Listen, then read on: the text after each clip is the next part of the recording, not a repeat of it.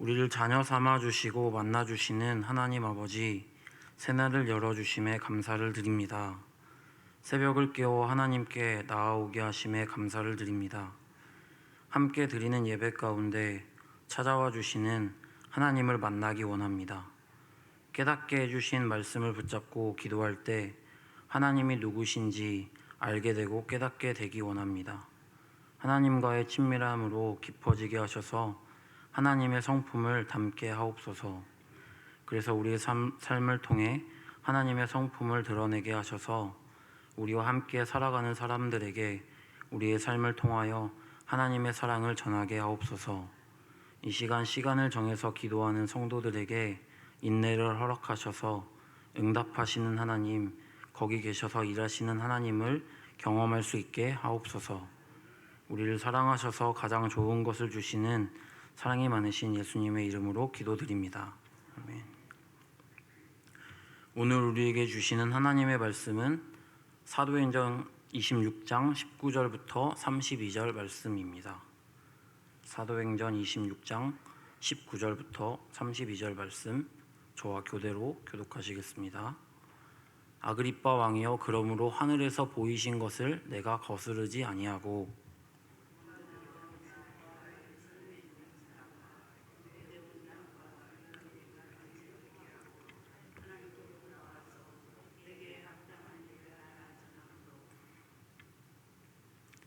유대인들이 성전에서 나를 잡아 죽이고자 하였으나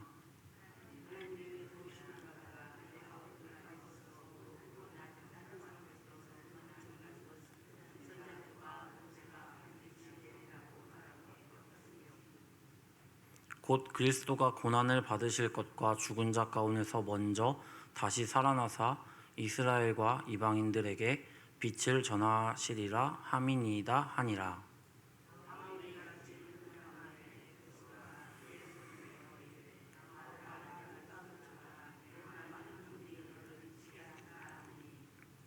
바울이 이르되 베스도 각하여 내가 미친 것이 아니요 참되고 온전한 말을 하나이다.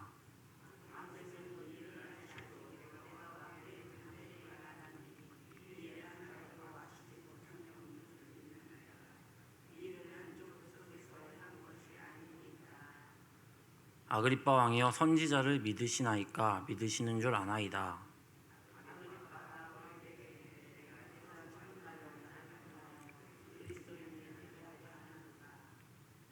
바울이 이르되 말이 적으나 많으나 당신뿐만 아니라 오늘 내 말을 듣는 모든 사람도 다 이렇게 결박된 것 외에는 나와 같이 되기를 하나님께 원하나이다 하니라.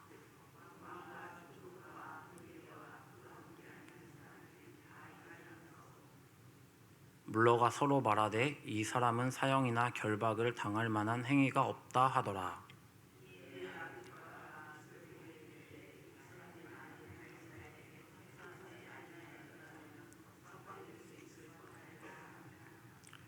할렐루야. 새벽 기도에 오신 여러분을 주님의 이름으로 축복합니다.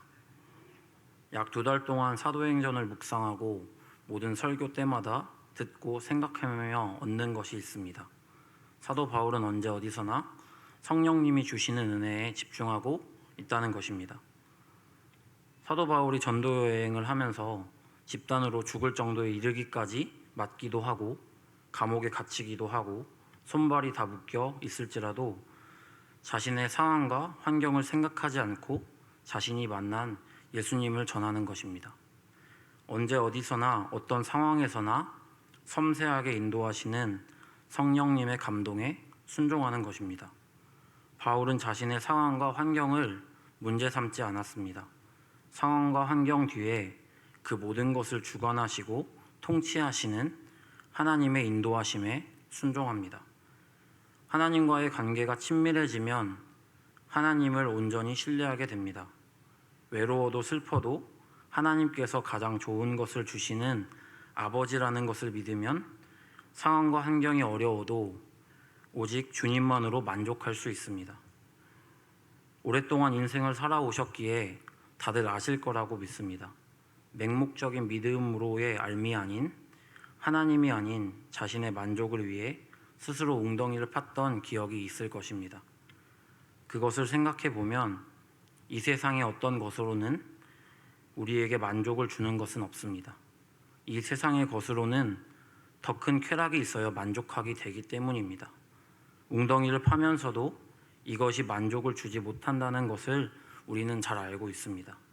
그런데 지금 당장의 만족을 얻기 위해 웅덩이를 파고 있는 것입니다. 저와 여러분에게 바울이 만난 바울이 예수님을 만나면서 깨달아진 하나님의 은혜가 충만하게 임하길 주님의 이름으로 축복합니다.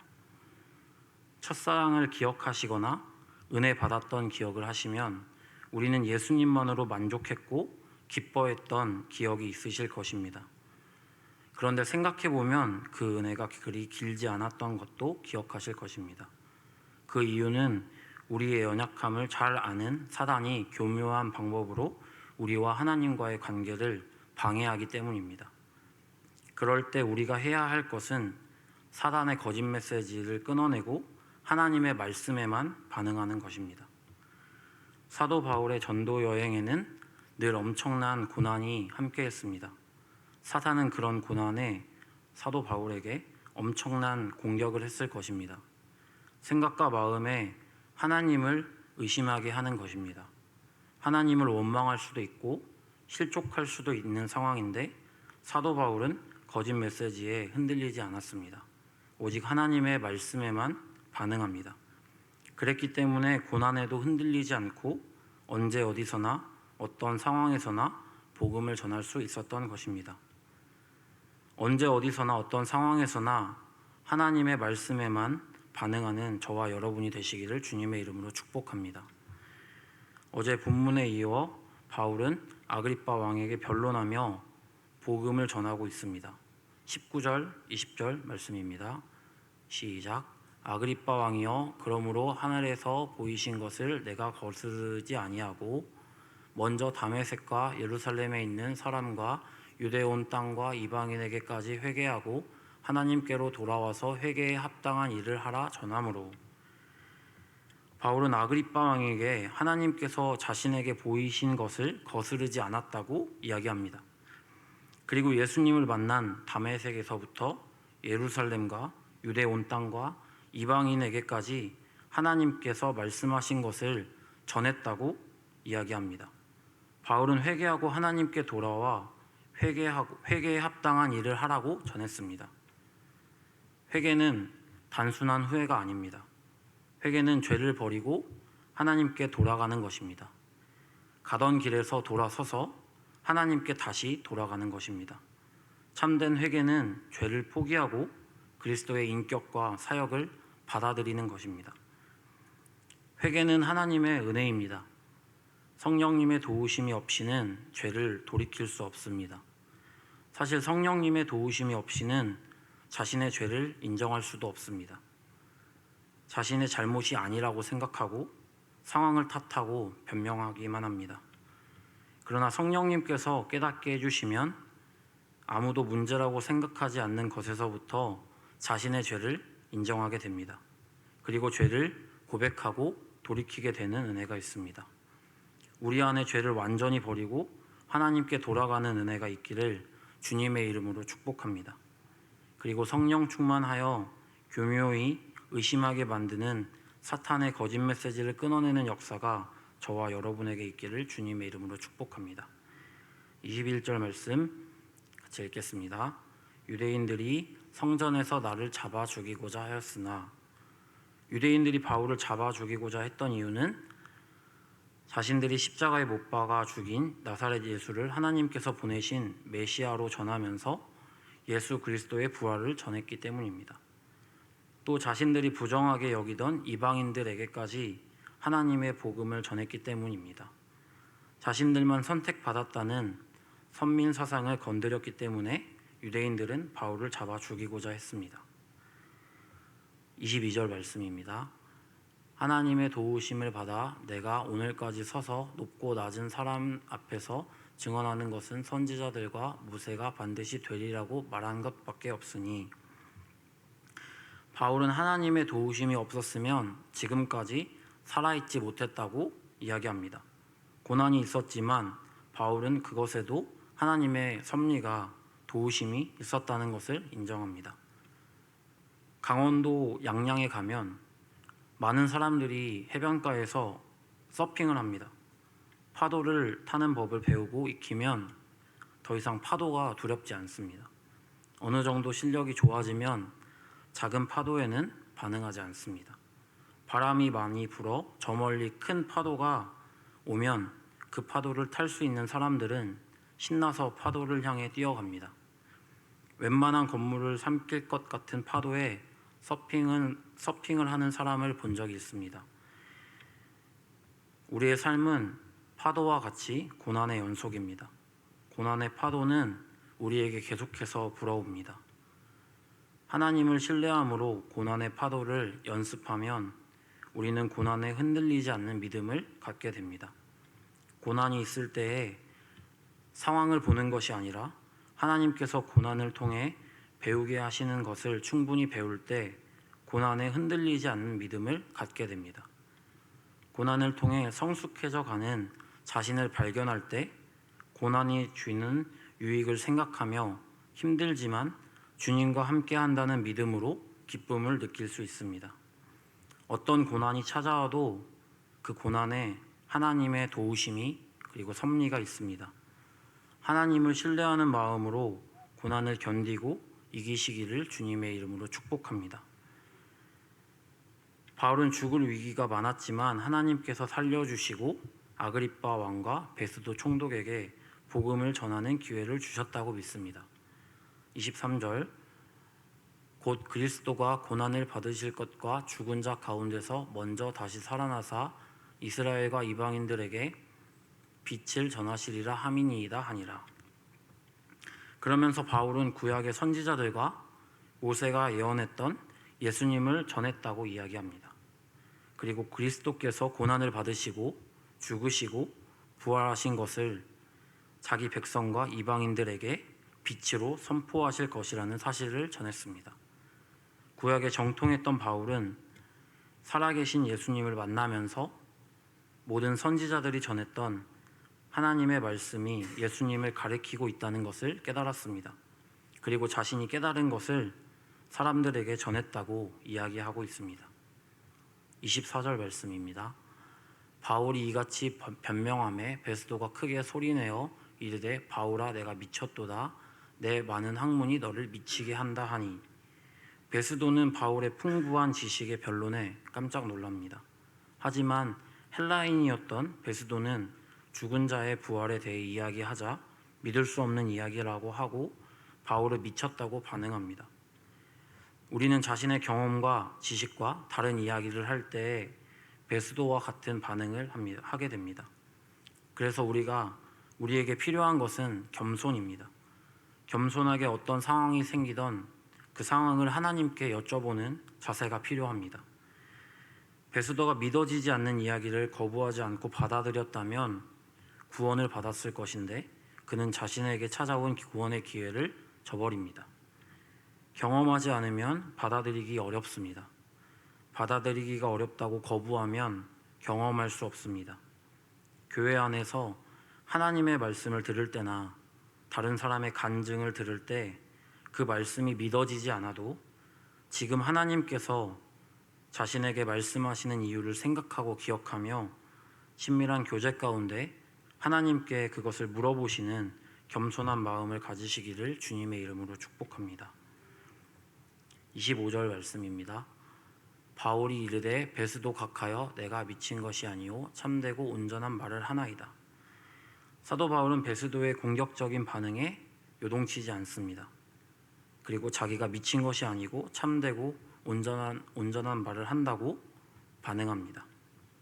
26절 왕께서는 이 일을 아시기로 내가 왕께 담대히 말하노니 이 일에 하나라도 아시지 못함이 없는 줄 믿나이다. 이 일은 한쪽 구석에서 행한 것이 아니니이다. 바울은 자신의 말을 알아듣지 못하는 그리고 부정적으로 반응하는 베스도 총독에게서 방향을 바꾸어 아그리빠 왕을 향해 계속해서 말합니다. 아그리빠 왕은 헤롯 대왕의 손자로 유대 풍습과 구약 성경에 대해 충분히 알고 있었습니다. 바울은 아그리빠 왕이 이런 환경을 가진 사람이라고 알고 있었기에 아그리빠 왕에게 이야기하는 것입니다. 27절 아그리빠 왕이여 선지자를 믿으시나이까 믿으시는 줄 아나이다. 바울은 아그리빠 왕이 구약의 선지자를 믿는다면 구약의 선지자들이 예언한 메시아를 믿을 것이고 그 메시아가 바로 예수님을 가리키고 있다는 사실도 믿을 수밖에 없다고 생각했습니다. 그래서 베스도에게서 방향을 돌려 아그리빠 왕에게 질문하고 있는 것입니다. 그런데 아그리빠 왕은 이렇게 반응합니다. 28절 말씀입니다. 아그리빠가 바울에게 이르되 내가 적은 말로 나를 권하여 그리스도인이 되게 하려 하는도다. 아그리빠 왕은 바울의 질문에 굉장히 당황합니다. 왜냐하면 아그리빠 왕은 로마 사람들과도 친했고 유대인들과도 친했기 때문입니다. 바울이 이야기한 것을 아그리빠 왕이 인정하게 되면 믿을 수 없는 것을 믿는다고 로마 사람들에게는 바보처럼 보였을 것이고 유대인들은 분노했을 것이기 때문입니다. 아그리빠 왕은 바울의 질문에 답하지 않고 바울의 질문에 질문으로 반응합니다. 내가 적은 말로 나를 권하여 그리스도인이 되게 하려는도다. 아그리빠 왕의 말에는 빈정거림이 섞여 있습니다. 죄인 주제에 감히 적은 말로 자기를 그리스도인으로 만들려고 했다는 것입니다. 그에 바울은 이렇게 반응합니다. 29절 말씀입니다. 바울이 이르되 말이 적으나 많으나 당신뿐만 아니라 오늘 내 말을 듣는 모든 사람도 다 이렇게 결박된 것 외에는 나와 같이 되기를 하나님께 원하나이다 하니라. 바울은 아그리빠 왕의 반응에 위축되지 않습니다. 오히려 죄수의 신분으로 자유롭지 않은 상황에서 굉장히 당당합니다. 모두에게 자신과 같이 되기를 원한다는 바울의 말에는 여러 가지 의미가 포함되어 있습니다. 먼저는 썩어 없어질 것에 대한 부러움이 없습니다. 아그리빠 왕이나 베스도 총독이나 그들의 권세나 지위를 전혀 부러워하지 않습니다. 그리고 자신의 처지를 전혀 부끄러워하지 않습니다. 예수님 한 분만으로 만족했고 그는 행복했던 사람이었습니다. 마지막으로 자신을 재판하는 사람들을 오히려 불쌍히 여깁니다. 자신은 묶여있는 죄수의 신분이지만 묶여있는 것 외에 자신과 같이 되기를 원한다고 이야기합니다. 바울은 예수님 외에는 모든 것을 배설물로 여기는 사람이었습니다. 예수님 한 분만으로 만족하고 계십니까? 세상에서 잘 나가는 것 같은 사람들을 보고 부러워하지는 않으십니까? 그것들을 다 품에 넣으면 굉장한 행복이 있을 거라고 사단은 교묘히 우리를 속입니다. 하지만 예수님 없이는 어떤 것도 우리에게 만족을 줄 수 없습니다. 예수님만이 우리에게 기쁨을 주시고 만족을 주십니다. 바울처럼 예수님 한 분만으로 만족을 얻고 기쁨을 누리시기를 주님의 이름으로 축복합니다. 마지막으로 30절부터 32절 말씀입니다. 왕과 총독과 번이게와 그 함께 앉은 사람들이 다 일어나서 물러가 서로 말하되 이 사람은 사형이나 결박을 당할 만한 행위가 없다 하더라. 이에 아그리빠가 베스도에게 이르되 이 사람이 만일 가이사에게 상소하지 아니하였더라면 석방될 수 있을 뻔하였다 하니라. 바울을 재판했던 사람들은 바울의 변론을 다 듣고는 결박당할 만한 행위가 없다고 이야기합니다. 그가 로마 시민권을 주장하면서 로마 황제에게 재판을 받겠다고 상소하지 아니하였더라면 석방될 수 있었다고 이야기합니다. 바울도 이 사실을 알고 있었습니다.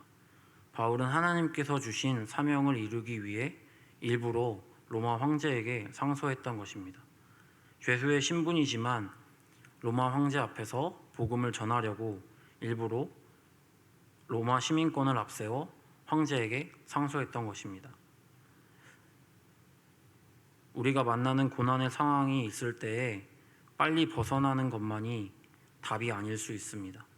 고난의 상황에 하나님께서 왜 그 자리에 보내셨는지를 생각해 봐야 합니다. 하나님의 섭리 안에 인도하심을 받고 있다는 것을 인정해야 합니다. 빨리 벗어나려고 발버둥 치는 것이 아니라 왜 그 자리 가운데 보내셨는지를 하나님께 여쭤보고 바울처럼 부르심에 합당한 삶을 살아야 합니다. 우리의 모든 삶을 통해 하나님의 살아계심을 나타내고 계십니다. 바울처럼 부르심에 합당한 삶을 살 때에 우리의 삶을 통해 하나님의 나라를 확장시키고 열매 맺는 삶이 됩니다. 바울처럼 주님 한 분만으로 만족할 때 상황을 뛰어넘는 믿음과 하나님의 섭리를 경험하게 됩니다. 오늘 기도하실 때 오늘 하루를 살아가며 우리의 모든 만남을 주관하시는 하나님을 인정하시기를 주님의 이름으로 축복합니다. 그리고 모든 만남을 통해 배우게 하시고 깨닫게 하시는 은혜를 구하실 때 성령님의 동행하심을 경험하실 것입니다. 성령님의 구체적이고 섬세한 감동에 반응하셔서 순종하셔서 성령 충만함으로 삶을 살아가시기를 주님의 이름으로 축복합니다. 기도드리겠습니다. 비록 무화과 나무가 무성하지 못하며 포도나무에 열매가 없으며 감람나무에 소출이 없으며 밭에 먹을 것이 없으며 우리의 양이 없으며 외양간에 소가 없을지라도 나는 여호와로 말미암아 즐거워하며 나의 구원의 하나님으로 말미암아 기뻐하리로다. 주 여호와는 나의 힘이시라. 나의 발을 사슴과 같게 하사 나를 나의 높은 곳으로 다니게 하시리로다. 이 노래는 지휘하는 사람을 위하여 내 수금에 맞춘 것이니라. 사랑과 은혜가 풍성하신 하나님 아버지, 하루의 첫 시간을 하나님께 올려드립니다.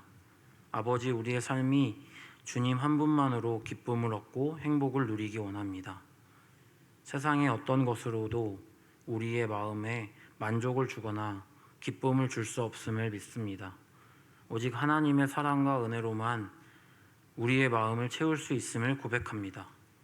우리가 진리이신 하나님만을 바라보고 따라가게 도와주세요. 고난 가운데 하나님의 섭리를 발견할 수 있는 은혜를 주세요.